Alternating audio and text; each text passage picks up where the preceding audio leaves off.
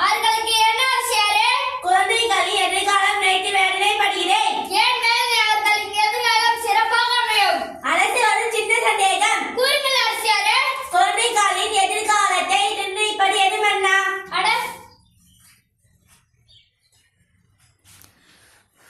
குழந்தைகளின் எதிர்காலத்தை நிர்ணயிப்பது எது என்று யோசிக்க யார் எங்கே?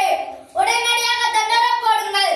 குழந்தைகளின் எதிர்காலத்தை நிர்ணயிப்பது எது என்பதற்கு சரியான பதிலை யார் கூறுகிறாரோ அவர்களுக்கு 1000 பொற்காசுகள் பரிசு. நாட்டு மக்களுக்கு ஒரு நற்செய்தி. நம் நாட்டு மன்னருக்கு ஒரு சந்தேகம் ஏற்பட்டுள்ளது. உடனடியாக தீர்த்து வைப்பதற்கு 1000 பொற்காசுகள் வழங்கப்படும். இது அரசு கட்டளை. குழந்தைகள் எதிர்காலத்தை நிர்ணயிப்பது இந்த சந்தேகத்தை தீர்த்து வைப்பதற்கு 1000 பொற்காசுகள் வழங்கப்படும்.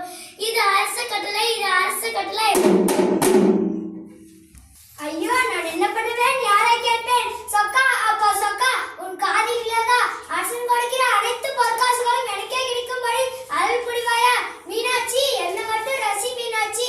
பந்தினையில் நாதனும் நீயும் இருக்கும் வேலையிலே என் பொன்முத்து சருக்களால் எந்த குறை தீர்க்க சொன்ன உன் வாய்முத்து சிந்திமா வாழ்வழிக்கும் அம்பிகையே. ஐயோ, ஒரு காசா 2 காசா 1000 பொன்னாச்சே. இந்த நேரம் பார்த்து நம்மளுக்கு பாட்டு எழுத வரலையே. என் சந்தேகத்தை தீர்க்கவே வழி காணும். நான் எப்படி அரசு சந்தேகத்தை தீர்த்து வைப்பேன்? எனக்கு இல்ல வேற எவனும் நல்லா அடிச்சு போறான். ஐயா போயா புலவரே, அழைத்தது நான் தான். ஏன் நினைச்சீங்க? யாருங்க நீங்க? பொறுச்சுவை அனைத்தும் கூட்டி சுந்தர தமிழை பாட்டி சைத்து செந்தமிழ் கவி பாடும் புலவன் நான். நம்ம ஜாதியா தண்டாரா பாடுதான் நீங்களும் கேட்டாச்சா? என் வயிற்று அடிக்க வந்திருக்கீங்க. போ.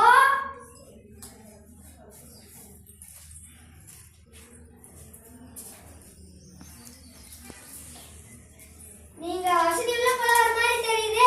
ஏன் நீங்க என்ன விட்டேனே ஆனால் மூச்சு அழுந்ததல்லையா நிலைமை வேகுதுங்க உள்ள. ஓஹோ, அதனால் தான் ஆண்டவனிடம் முறையிட்டு புலம் கொண்டிருந்தீரோ? ஆமா, மனுஷங்க சொல்லி ஒரு முடியும் இல்ல. ஆண்டவங்கிட்ட தான் அழுது புலம்புறதுன்னு ஒரு முடிவுக்கு வந்துட்டேன். நீ புலம்பியது என் காதில் விழுந்தது. சரிதான், ஒழுங்கிருந்து ஒட்டி கேட்டிருப்பீங்க. ஒட்டுக்காக வழக்கம் எடுக்கல அப்பா, நான் உங்கள் எதிரிலேயே இருப்பேன். ஓஹோ, சரி. நான் கண்ணு மூடி சாமி கும்பிடும்போது முன்னாடி வந்திருப்பீங்க. நான் பார்த்திருக்க மாட்டேன். உண்மை. கண்மூடித்தனமாக இருப்பவருக்கு நான் தென்படுவதில்லை. அட, என்னங்க கடவுள் மாதிரி பேசுறீங்க? அதுவும் உண்மை. நான் முற்றும் கண்டவன். கொஞ்சம் போச்சுன்னா நான் தாண்டா கடவுளை விழுந்து கும்பிட்டு சொல்றீங்க போல. அதுவும் உண்மை. கடவுள் உன்னிலும் இருக்கிறார், என்னிலும் இருக்கிறார். பார்க்கும் இடமெல்லாம் பரிபூர்ணமாக நிறைந்திருக்கிறான் என்று பாடும் உன்னை போல் வரும் தானே. சாப்பிட்டாச்சா? ஏப்பமா. சரிதான், நேரத்துக்கு சாப்பிடுறவங்க போல இருக்கு. நின்று நிம்மதியா பேசிட்டு இருக்கீங்க. இனிமேல் தான் நேர்படை வரேன். நில், வாங்க. மன்னன் சந்தேகத்தை தீர்ப்பு காட்ட உனக்கு கிடைத்து விட்டால் பரிசாலைக்கு முனைத்தை கிழித்து விடும் அல்லவா?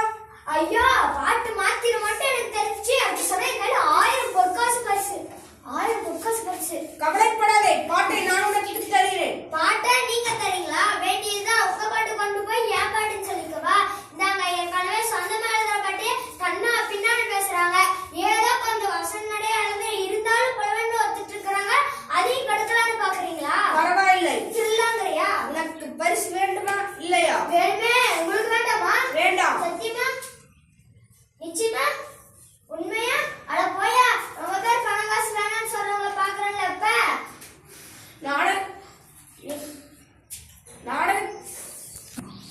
எனக்கு பொருளின் மீது பற்று இல்லை அப்பா. பட்டு இல்லாம உடம்பு எத்தனை கிடக்குது? நல்லா நடிக்கிறீங்க. நாடகத்தே நடிக்க முடியுமாப்பா? முடியுமா?